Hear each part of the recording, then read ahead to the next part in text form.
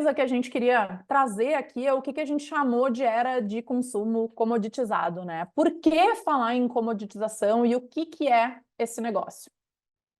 Essa palavra, ela vem do inglês commodity, e se a gente fosse fazer uma tradução literal, ela significa mercadoria. Principalmente a economia, né, usa essa palavra para se referir a produtos aí produzidos em larga escala e especialmente com características uniformes, ou seja, não importa aonde esse produto foi produzido, por quem ele foi produzido, ele tem características muito parecidas, né? Eles têm essa pouquíssima diferenciação. E os preços, em função disso, acabam sendo regulados pelo mercado conforme oferta e demanda. Existem alguns tipos de commodity: agrícola, café, milho, soja, ambiental, mineral, ouro, ferro, financeiros e assim por diante.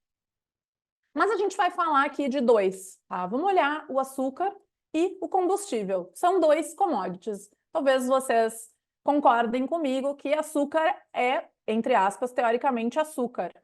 É algo que a gente, não importa onde ele é produzido, não importa por quem ele é produzido, ele deveria aí ter essa visão de nenhuma ou baixíssima diferenciação, assim como os combustíveis. E aí, o que empresas que trabalham a partir desse segmento, empresas que trabalham com commodities fazem para conseguir, né, navegar e criar uma superioridade, uma diferenciação e até uma percepção, incentivar uma percepção de valor para os seus clientes. Elas acabam trazendo aí atributos, reforçando atributos, sejam eles concretos ou simbólicos. Então vamos olhar o açúcar aqui. A gente pegou 3 marcas de açúcar. Teoricamente são marcas muito parecidas, com produtos muito parecidos. Se eu for mostrar isso aqui para minha avó, ela vai dizer que de jeito nenhum, minha avó era doceira, ela vai dizer que não tem comparação, que o União era muito diferente, que o bolo fica diferente, essas coisas. E é justamente isso que a marca sempre tentou trazer enquanto proposta de valor. Ela sempre se alicerçou, né, numa questão muito simbólica, muito emocional. Então, não sei se vocês lembram de uma propaganda, eu sempre lembro que era a avó dando doce sobremesa para a criança, escondido dos pais, justamente falando dessa relação que existe entre os netos e os avós, e a União ela trabalha essa questão de como o sabor e esse lugar das sobremesas e dos doces pode unir a família, pode criar momentos, e tem uma áurea muito emocional em torno disso. Outra coisa que a gente falou foi do combustível, então Shell, Ipiranga, Petrobras. E a gente trabalhou aqui na Box muito tempo com a Ipiranga. E o que essas marcas, essas empresas fazem, né? Já que elas trabalham com um commodity.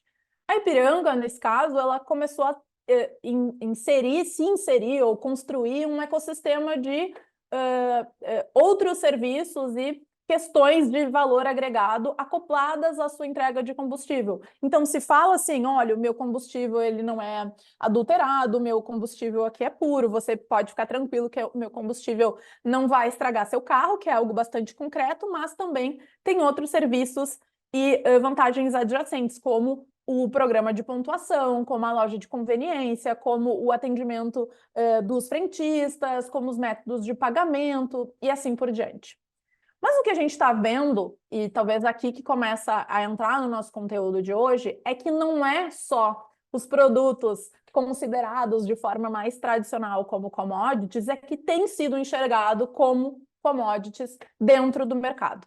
Então a gente está vivendo um momento no tempo, né, que talvez nem vale a pena ficar entrando aqui, porque são coisas que todo mundo já está consumindo muito, mas a gente está vivendo uma configuração muito única.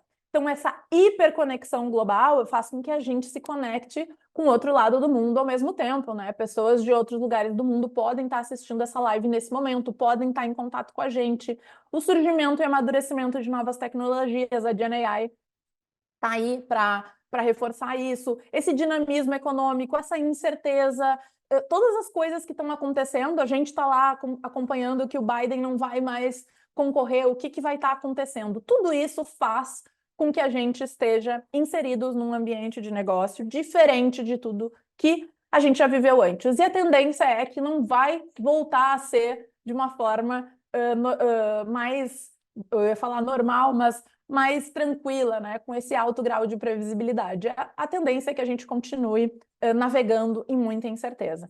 E diante de todas essas características, a gente quer reforçar duas aqui.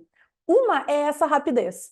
Então, quando uma marca resolve colocar algo no mercado, vamos pegar ali o posto de gasolina, então se a Ipiranga resolve colocar no mercado um novo jeito de trabalhar com os seus clientes e lança um programa de fidelidade, onde cada vez que você abastece, você consegue acumular pontos, os seus concorrentes, os outros players do mercado, conseguem ter a mesma oferta, ou conseguem acompanhar aquela oferta, aquele produto, aquele serviço, com muito mais rapidez do que algum dia elas já conseguiram. Então, vamos pensar no mercado financeiro, já para ter outro exemplo, né? A gente tinha uma configuração de mercado, o Nubank entrou com uma outra proposta de valor, mas rapidamente a gente já vê outros players surgindo, o banco C6, o Inter e até os bancos tidos como mais tradicionais, fazendo movimentos rápidos para conseguir ter para os seus clientes, oferecer para os seus clientes algo que parece fazer sentido.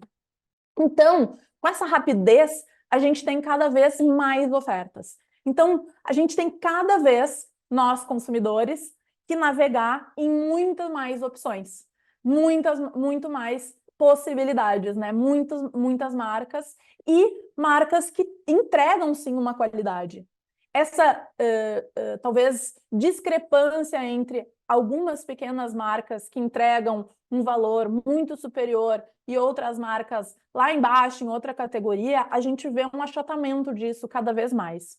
Então, isso resulta numa expansão dessa percepção de comodização dos mercados. Essa percepção de que, nossa, tá tudo meio a mesma coisa, para que lado eu vou? Que lado para qual eu escolho, né? Para qual empresa eu faço, eu dou meu dinheiro, eu escolho fazer as minhas compras. Então, eu fiz aqui uma brincadeira aqui dentro de uma categoria que é uma categoria de bastante tecnologia, de bastante inovação, é um hardware que é o telefone celular. E se eu fiz aqui algo que faz sentido para vocês, eu tapei de forma bem tosca a marca desses 3 celulares. E eu queria que vocês, durante alguns segundos, pensassem, vocês conseguem dizer de qual marca é cada celular que tem aqui? Porque agora a gente não está mais falando daqueles commodities tradicional, né? Do milho, do açúcar, da soja. A gente não está mais falando do ferro, do ouro. A gente está falando de um telefone celular. Então, quando a gente olha aqui, para mim é muito difícil saber qual é o celular de qual marca. Qual é o celular que tem uma câmera, 2 câmeras, 3 câmeras. E quando alguém coloca no mercado alguma diferenciação, uma câmera frontal ou um efeito ou um tipo de processamento, é muito rápido que as outras empresas, que as outras marcas consigam acompanhar isso. Então, quando você vai na loja e tem que escolher o seu celular, é muito mais difícil navegar no meio de tudo isso. Então, a gente começa a ver que existe essa expansão. E é disso que a gente está falando. A gente não está falando no mundo comoditizado só daqueles universos mais tradicionais, agrícola, ambiental, mineral, financeiro. A gente está falando de um olhar mais amplo a tudo que se refere ou que se tem essa percepção de massificação e homogeneização. Aonde eu não consigo, eu enquanto cliente, né, nós, pessoas, não conseguimos entender diferenciação entre um produto ou serviço X, faz sentido a gente entender que a gente está navegando num lugar de comoditização. Se eu não vejo geração de valor, se eu não vejo valor numa camiseta branca na marca X ou na marca Y, talvez eu esteja aí com um problema.